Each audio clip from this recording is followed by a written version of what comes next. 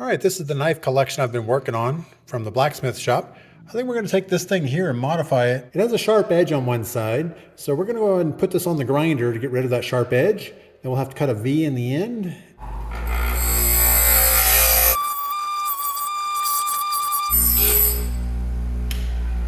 All right, we got rid of the sharp edge on that one side, so that should be pretty good. Now let's square off the end, cut a V. All right, that should be good enough. I overheated that tip a little bit on the one corner, but that should be fine. Let's go give that a try, see how it works. All right, here's the Jeep Grand Cherokee with the broken washer fluid tank.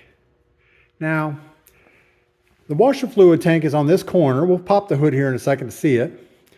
The instructions online say to take this tire off and take off the entire fender well, but first we're going to test our tool. So we're just going to turn the wheels to the side and see if we can pull a couple of these things out. See how that works. Sounds like a plan. So here's the windshield wiper fluid container. You can tell my hand is over the top of it, and there's not a lot of access. It looks like we have one bolt here at the top. There's got to be at least 2 or 3 down low. So let's try out our new tool, see if it works at all. All right, so the first couple of these are not the spade type. They actually have a center core that needs to be knocked out.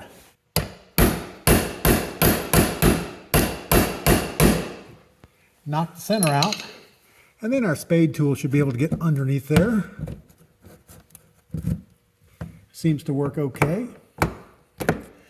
So up here at the top, we have one with the normal center core in it. Let's see if we can pop the center out first with our new tool. Looks like it's fine. And then we get underneath the whole thing and then it comes out. So this is what these types look like. So the center core pops out and then the whole thing pops out. Much easier. And it looks like, just to keep things interesting, they put a couple screws in here. Looks like a 10 millimeter, so we'll get that out of the way. Looks like we are not going to get enough access in there to get that thing off with the tire in place. So we're going to go ahead and pull this wheel off and get a better look at the situation.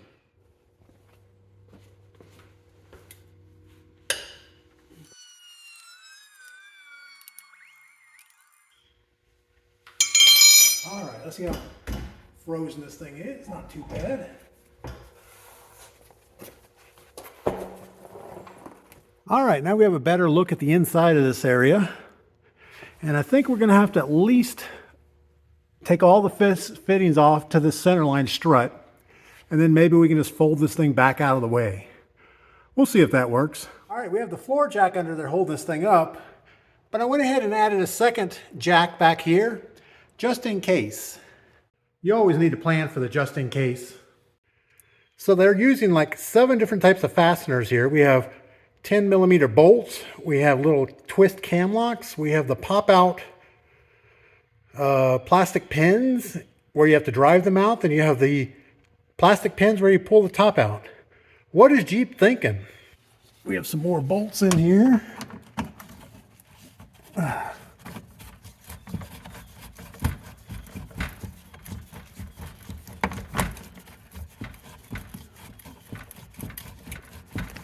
I know we could use an electric screw gun. Probably would make it quicker, but we're going to do it this way. Hard part's going to be remembering where all these things went. Looks like a pretty long 10 mil bolt there. Looks different than the last 10 millimeter. All right, we also got to get this one out, that one out, this one out, and this one way up in here. So let's start working on those. All right, we found a new type of fastener. It looks like it has a 10-inch or 10 millimeter head on it, but it's not. It's just a pull pin. So we got to use some end nips and just grab onto the thing. It looks like. Pull the pin out. And then the base just seems to pop out, just like that. All right, we have all the fasteners out on the back half from here or the front half from here forward on the inside skirt. So we should just be able to pull this down. And there's our washer tank. So I used a bungee cord to tie this fender well back. And let's look in here. So the tank itself looks pretty good. There is a little bit of fluid in the bottom. Oh, I see our problem right here. So we have a hose that's blown out of this pump. So I'm guessing all we have to do is put this hose back in.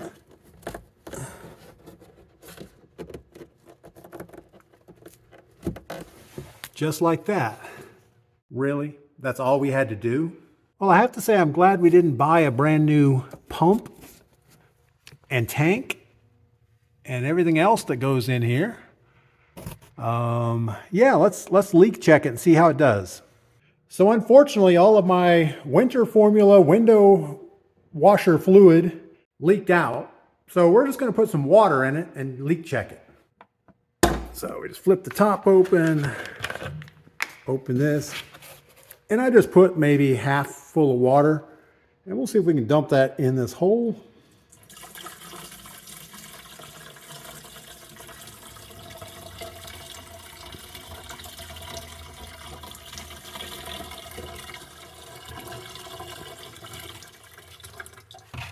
That's enough. Now you guys make sure and remind me to get some washer fluid that's not going to freeze, because if we leave this water in, it's going to get down in the 20s tonight, and that's not good. So we're down here at the bottom. There's nothing obviously leaking at this point. So that's a good sign. The fluid level is up to here, which is pretty good. So what I'm going to do is go inside and see if the pump runs. Let's go ahead and just put you guys right here. Somehow, I don't know. And you yell at me if it starts leaking or doing anything weird. All right, hopefully we won't have to start the car to make this work. Well, maybe we do.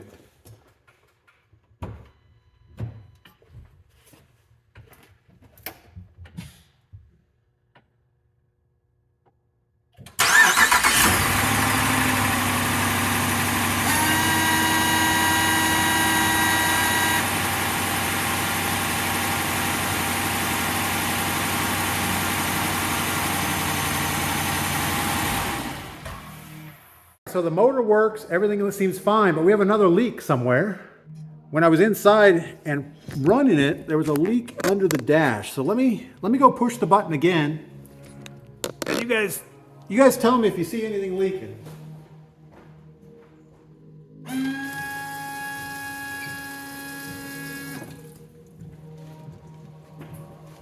Did you see anything?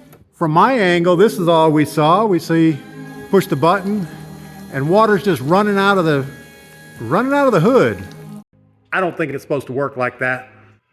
All right, so it looks like we have an issue right here. This hose is frozen. This hose right here looks like it's frozen and popped out of the fitting, so let's plug it back in. I need two hands to do this.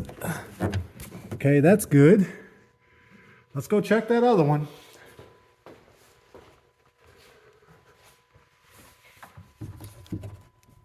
That one seems okay-ish. It was pushed out a little bit though, so let's check the other fittings. Most likely when this thing froze, all of this stuff expanded. All right, let's try it again.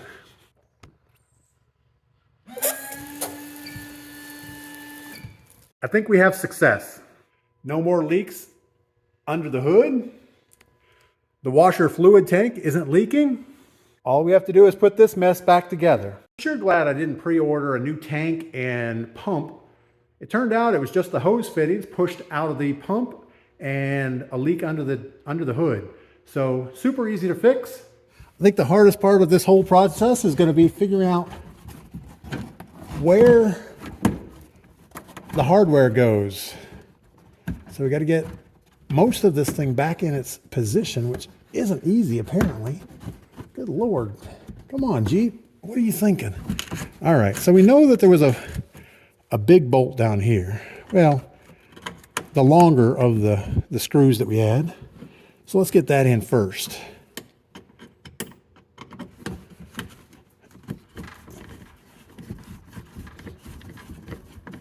And again, a screw gun would probably be pretty good about now, but, well, we're just going to use what we got with us right this second.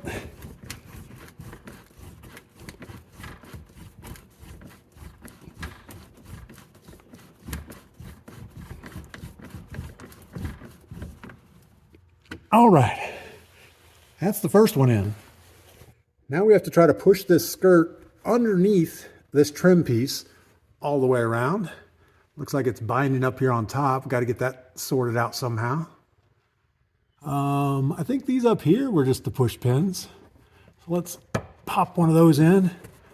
Seems like we're in the right position, and yep, push it in. I don't know why Jeep didn't use those on all the positions, but they didn't.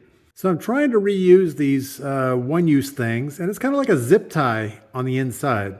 So as long as I can squish it to make it straight, get it through the hole, and get my hand behind it, we should be able to make it work. So we're going to put these back in a position that maybe I get a shot at putting my hand behind it. So I'm not having luck getting enough pressure behind this to fully engage the zip lock. Now there is a spot down here I can actually stick my hand up behind there. But yeah, I think it'll be good enough for right now. And I'll just get 2 of those at the auto parts store later. All right, we have an update. With a little bit of brute force, I was able to squeeze this hard enough to get the pin to re-engage. Same with this one up here. Luckily, there was a hole in the inner liner, so I could stick this tool behind there and push on it. And then we pretty much just whack the front with a hammer. It'll be good enough for the girls we date. There's another oddball fitting, this one here. Looks like you push it in and quarter turn it. And it goes down here for some reason. I don't know why they didn't use just a screw or something else, but it's easy enough to put that in and spin it. Not a big issue there. Sure isn't built like the old Jeeps. I don't think we have a single plastic fastener in this entire Willys. The good old days. All right, let's put this light cover thing in, and it just goes in and looks like it rotates somehow. At least it looks like it's supposed to rotate somehow. Come on, get in there. Okay. All right, check. I think this hole up here was for a bolt, so let's get that in there. Uh-oh, are we lined up? Yeah, we're mostly lined up.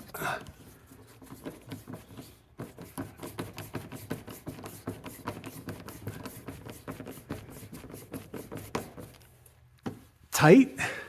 All right, we have a couple more things back in here. And I think those were just the regular push pin type. Well, we have a couple different types. We still have 3 of these types where you push the center core in, and 1 of these types that you push the center core in. I'm not sure why they're different, and the diameter looks the same, so we're just going to stick them in the holes. All right, so I remember this one back here was the bigger of the types, so we're going to see if we can do the same thing. Obviously, doing this with one hand is not fun. Oh, come on, get in there. Get in there, you little guy. All right, and then I think you just probably persuade that on there. Apparently, Jeep mechanics need to come equipped with a hammer. You could probably do it with the back edge of a crescent wrench or something, but a hammer seems to work pretty good. All right, this one is upside down. Get in there.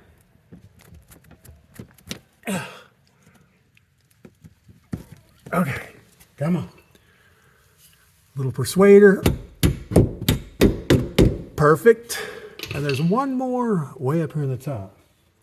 Uh-oh, I think Mrs. P's checking up on me.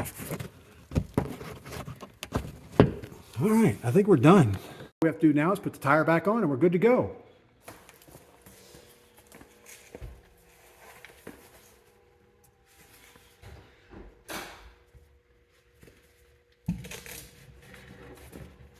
Come on, get up in there.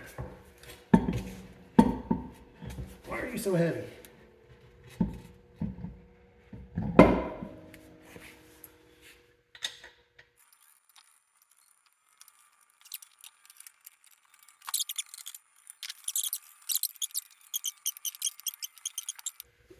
Perfect. All right.